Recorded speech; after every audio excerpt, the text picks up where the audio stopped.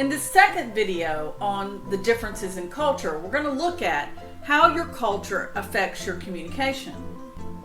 To do this, we will be looking at the work of two researchers. The first is Gert Hofstede. He's a Dutch social psychologist who worked for IBM and studied their data sets worldwide relative to people and cultures. The second is Edward T. Hall, who was an anthropologist, and he really looked at differences in nonverbal behavior across cultures.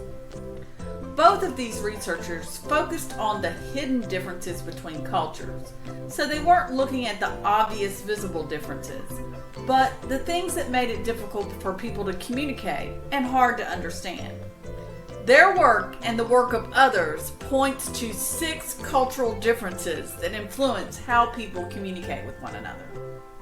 These differences deal with how a culture organizes their society around major areas. The 6 major decisions that Hall and Hofstede say that we organize around are: is the individual or group more important? What should communication context look like? Should we have less or more power distance from authorities? How should men and women behave in society? And what's the definition of masculinity and femininity? How should time be used? And how much should we avoid uncertainty? We are going to discuss all of these in this video. The one thing I would like to warn you about these various differences is people see them as either or decisions, that cultures might be on the extreme of each of these levels. But the truth is that cultures occur kind of on a sliding scale. So there might be some cultures that value the individual totally, and then some that value it a little less, and then some that value the group. So it's on kind of a sliding scale. So let's go ahead and let's jump in and get started. When societies develop, one of the first questions they ask is how dependent they're going to be on themselves or those around them. These two differences are called being individualist versus collectivist. An individualistic culture says that we're responsible to ourselves. We should be self-reliant and take care of ourselves. We might include our immediate family that we need to take care of, and it's very focused on I and me. On the other hand, a collectivist society places the group before the individual. The individual should sacrifice for the family, the community, or their employers. It's focused on the we, and not being part of a group is really stressful. The individualist and collectivist definition was developed by Hofstede, and Hofstede measured all countries based on a 0 to 100 ranking on this dimension. A country that's very individualistic would be rated 100, and a country that's very collectivist would be rated 0. And then there's measures in between. When it comes to individualism, the United States is rated 91 out of 100. We're rated the most individualistic country in the world.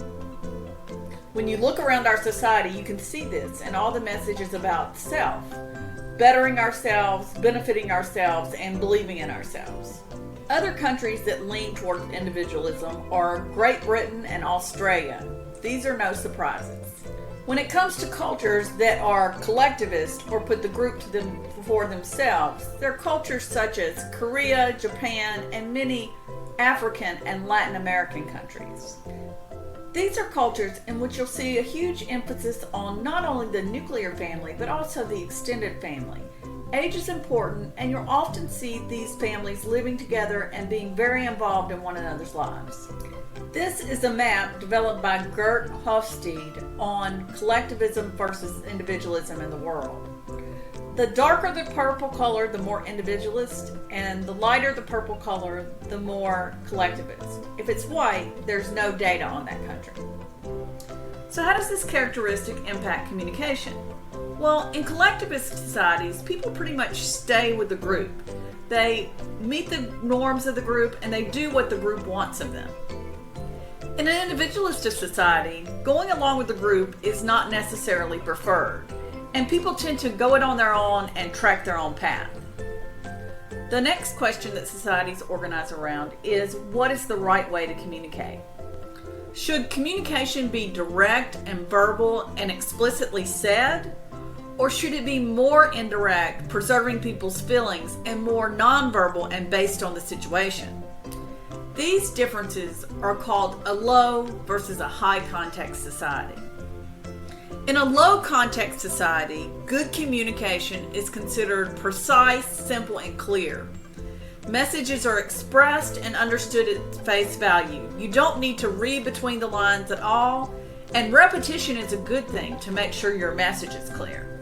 In a high context society, communication is indirect, layered, sophisticated.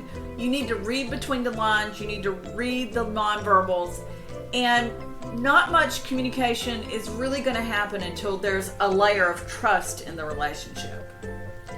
The concept of low and high context was developed by Edward T. Hall and later measured by a researcher named Aaron Meyer. It's probably no surprise to you that the United States is the lowest context country in the world. We like to be direct and straight to the point. When we communicate with people from other cultures that are higher context, they can find us aggressive and rude. Other countries towards the lower end of the scale are Australia, Netherlands, and Germany. They like direct and explicit communication as well.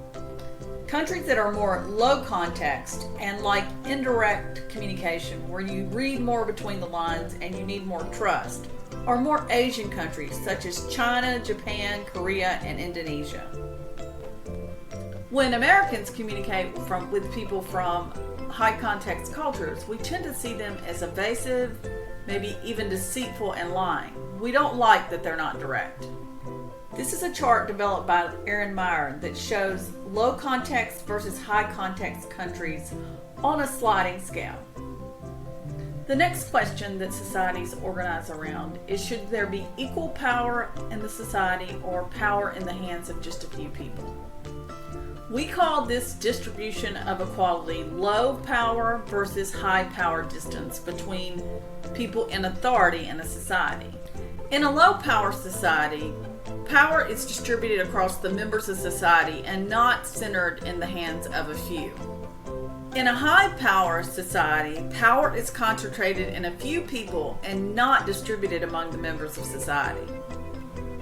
Low and high power were developed by Gert Hofstede and once again are rated on a scale of 0 to 100, with 0 being the most low power and 100 being the most high power. The United States is a low power country. We rate at 40, which means we're just below the middle relative to equality. Other low power societies that focus on equality are Israel, Denmark, and New Zealand. Some high power societies which concentrate the power in the hands of a few people are Mexico, Brazil, and India. This is a world map developed by Gert Hofstede that shows the difference between high power and low power countries. Higher power countries are in the darker green and lower power countries are in the lighter green. White indicates that there's no data on the country. Obviously, it's easy to see how the amount of equality impacts our communication and how free we are to say what we think and feel. High and low power differences also impact how we respect and act towards authority.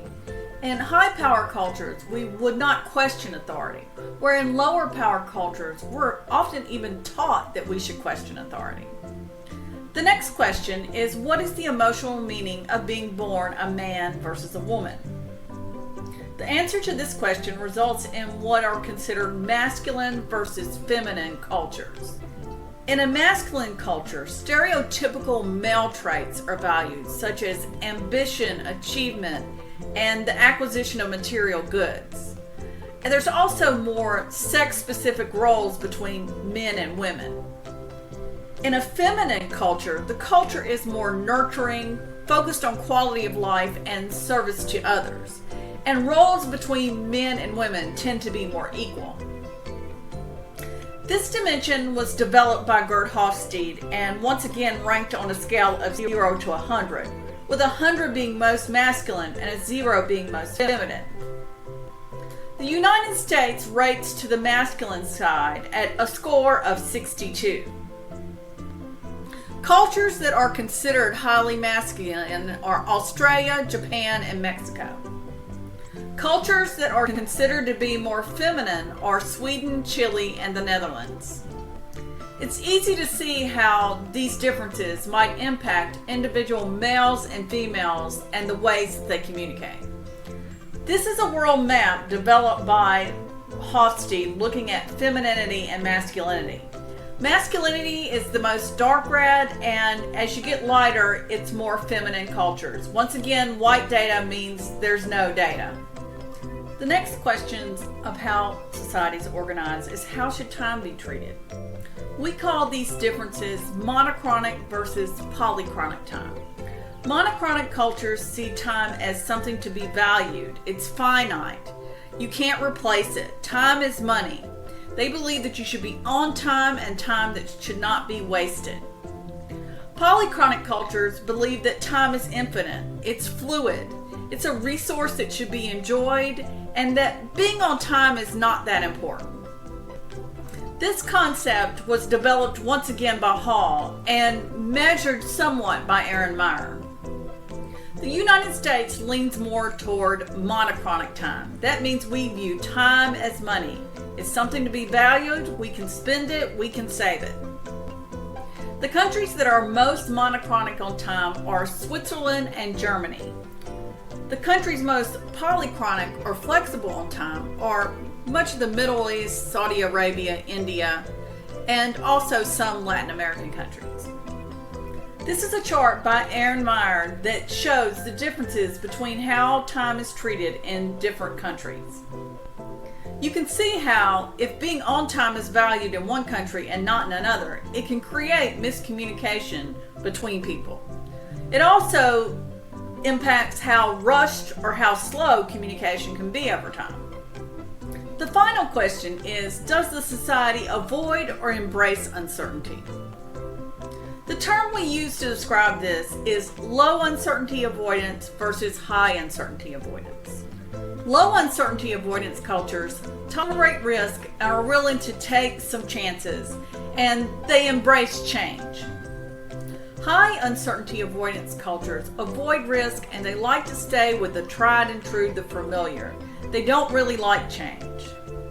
This is another dimension that was developed by Hofstede and measured by him. And 100 is the most highly uncertainty avoidant, and 0 is the least uncertainty avoidant. The United States rates in the middle at a score of 46. Countries that are open uncertainty and low uncertainty avoidance have a live and let live attitude are New Zealand, Jamaica, and Hong Kong. Countries that avoid a high level of uncertainty, avoid change, avoid risk, and like familiarity, they like their rules and don't want disagreement, are Argentina, Portugal, and Uruguay. This is a map by Gerd Hofstede that shows the more uncertainty avoidant countries in dark brown and the lower uncertainty avoidant countries in lighter brown. Once again, white means that we have no data on that country. So, how do we communicate to help us adapt to all these multitude of differences?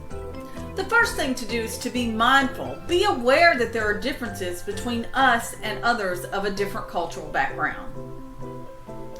Also be aware that different cultures have different nonverbal behavior in terms of how close they get to each other and even the meanings of different gestures that we would assume are commonplace.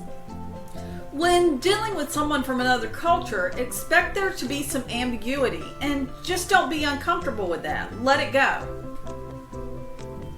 Remember that in most cases, people recognize that you're not from the culture, and it's okay to ask polite questions.